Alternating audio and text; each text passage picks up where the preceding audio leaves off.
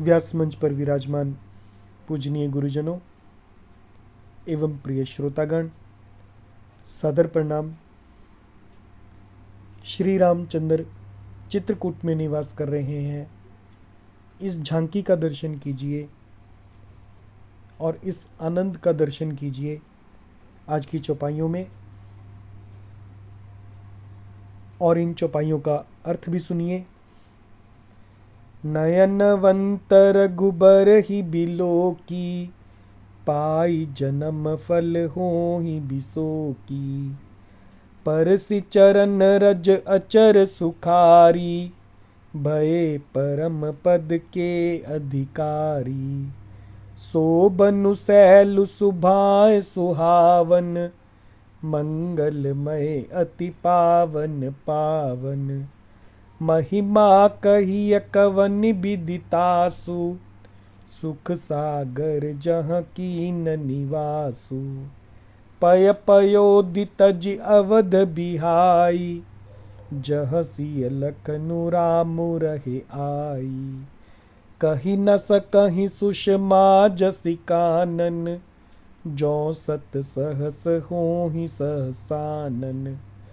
सो मैं बर निकहौं विधि केहि, डाबर कमठ की मंदर लेहि। सेवहि लखनु करम मन बानी, जाई न सीलु सनेहु बखानी। छिनु छिनु लखि सिय राम पद, जानी आपु परनेहु। करत न सपनेहु लखनु चितु, बंधु मातु पितु गेहु। अब इन चौपाइयों का अर्थ सुने। नयनवंत, और जिन जीवों के पास नयन है प्रकृति में, रघुबीर ही बिलो की, श्री रघुनाथ जी को बिलोकी यानी देखकर पाई जन्म फल, वे अपने जन्म लेने का फल प्राप्त कर गए और हो ही बिसोकी, और शोक रहित हो गए, क्योंकि भगवान सुख के सागर हैं। आंखों वाले जीव श्री रामचंद्र जी को देखकर जन्म का फल पाकर शोक रहित हो जाते हैं। परसि चरण रज, परसि यानी स्पर्श करके उनके चरणों की रज का, अचर सुखारी, जो अचर हैं यानी पर्वत वृक्ष भूमि नदी आदि जो उनके रास्ते में पड़ रहे हैं, उनके चरणों की रज का स्पर्श पाकर सुखी हो रहे हैं, सुखारी। भय परम पद के अधिकारी, और वे सब परम पद के यानी मोक्ष के अधिकारी हो गए। सो बनु, वह वन, शैल, वह पर्वत, सुभाए सुहावन, स्वाभाविक ही सुंदर मंगलमय और अत्यंत पवित्रों को भी पवित्र करने वाला है। मंगलमय अति पावन पावन, जो पावन को भी पावन करने वाला है और मंगलमय है। महिमा कहिय कवनि विदितासु, उनकी महिमा को कवन विधि, किस विधि से कहा जाए कि सुख सागर जहाँ कीन निवासु, जहाँ सुख के समुद्र श्री रामचंद्र जी ने स्वयं निवास किया है। कौन है ये? पय पयोधी, पय यानी पयोधी यानी सागर, यानी क्षीर सागर, तजी अवध भिहाई, जो क्षीर सागर को त्याग कर अवध भिहाई और अयोध्या को भी छोड़कर जहाँ सिय लखनु राम रहे आई, जहाँ सीता जी लक्ष्मण जी और श्री रामचंद्र जी आकर रह रहे हैं, उस वन की जैसी परम शोभा है, कहीं न सकहीं, उसे कह नहीं सकते हैं। सुषमा जसी कानन, उस कानन यानी वन की सुषमा यानी शोभा का वर्णन नहीं कर सकते हैं।